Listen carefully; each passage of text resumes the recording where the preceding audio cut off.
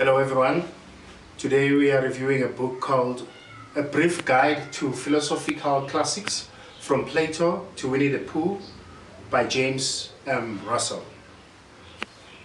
This book has a subtitle called Philosophy Without the Boring Bits, the perfect antidote for complexity of life. Philosophy allows us to think about life deep in a more structured and straightforward manner, without mumbling. Philosophy allows us to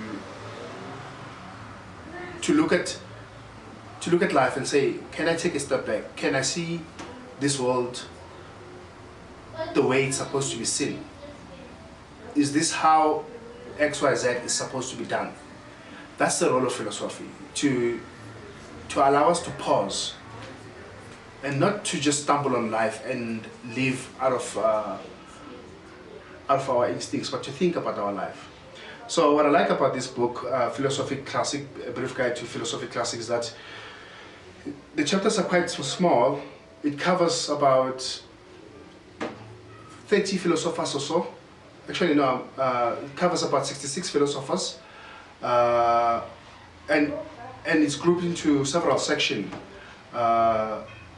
The first one is the traditional philosophical classic, where you have guys like Plato, Aristotle, and then moves on to people like Nietzsche, who were not entirely philosophical, but they made contributions even though they were not considering themselves philosophers.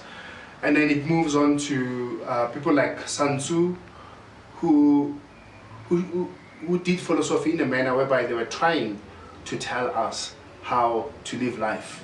So what was interesting with this section is that the majority of the people were from France. There were several Americans, Argentinians, Africans. So the author did try to collect reading material from across the world, not just from one side. It does obviously concern us that why the majority of our thinkers are French. The French have some credit to them when it comes to changing things, like the issue of postmodernism.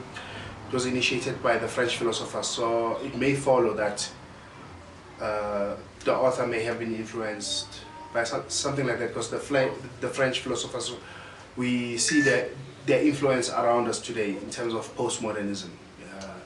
So why would anybody study philosophy? Like I've said, philosophy allows us to think. Our job is to think and not to mumble through life, to take our life and hand it over to somebody and say, hey, you are responsible for our life. We have to own up to our life. The billionaire Mark Cuban said that in the future, the jobs that will be more in demand will be more of the philosophical kind, because if you look at software now, software can write software. So human beings will no longer be required to write code. But the machines will need to be trained in how to code in a manner that is ethical. Within the code, there have to be ethical parameters so that the code does not violate people, doesn't violate nature, doesn't violate companies. So thinking is the skill of the future, where it's going to be in demand. Books like this that are short, introductory to philosophy, are important, even if you don't plan on doing philosophy. Because when you enter varsity, or even if you join a company to work without any qualifications, you'll have to sign up an ethical clearance of some sort. And ethics is guided by philosophy.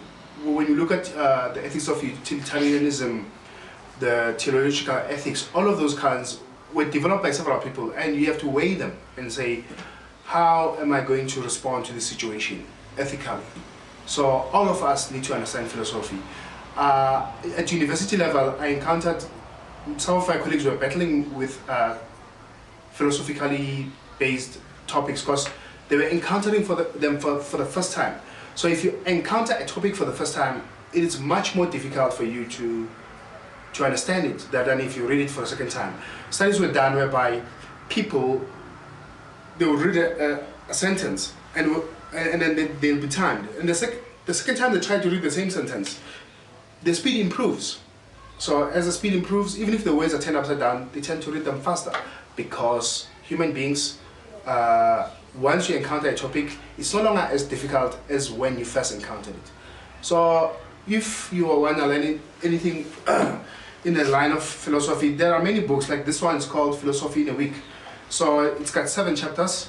Day 1 you do one topic, day 2 you do another topic, and then in 7 days you have covered the whole spectrum of philosophy, and it's a tiny book that you can read in 2 days. So it's very interesting to read philosophy. It's fun. There are some books like I have here, like this one, will be a bit tough to read because it goes into like serious deliberations, and then this book on itself is different philosophers that look at issues like gun control, abortion, identity politics. So many books on philosophy are hardly ever written by one person because it's diverse. So several people gang up together to produce a book. So I highly recommend that you consider philosophy in your quest for knowledge, even if it's a sideline thing. Thank you for watching. See you next time.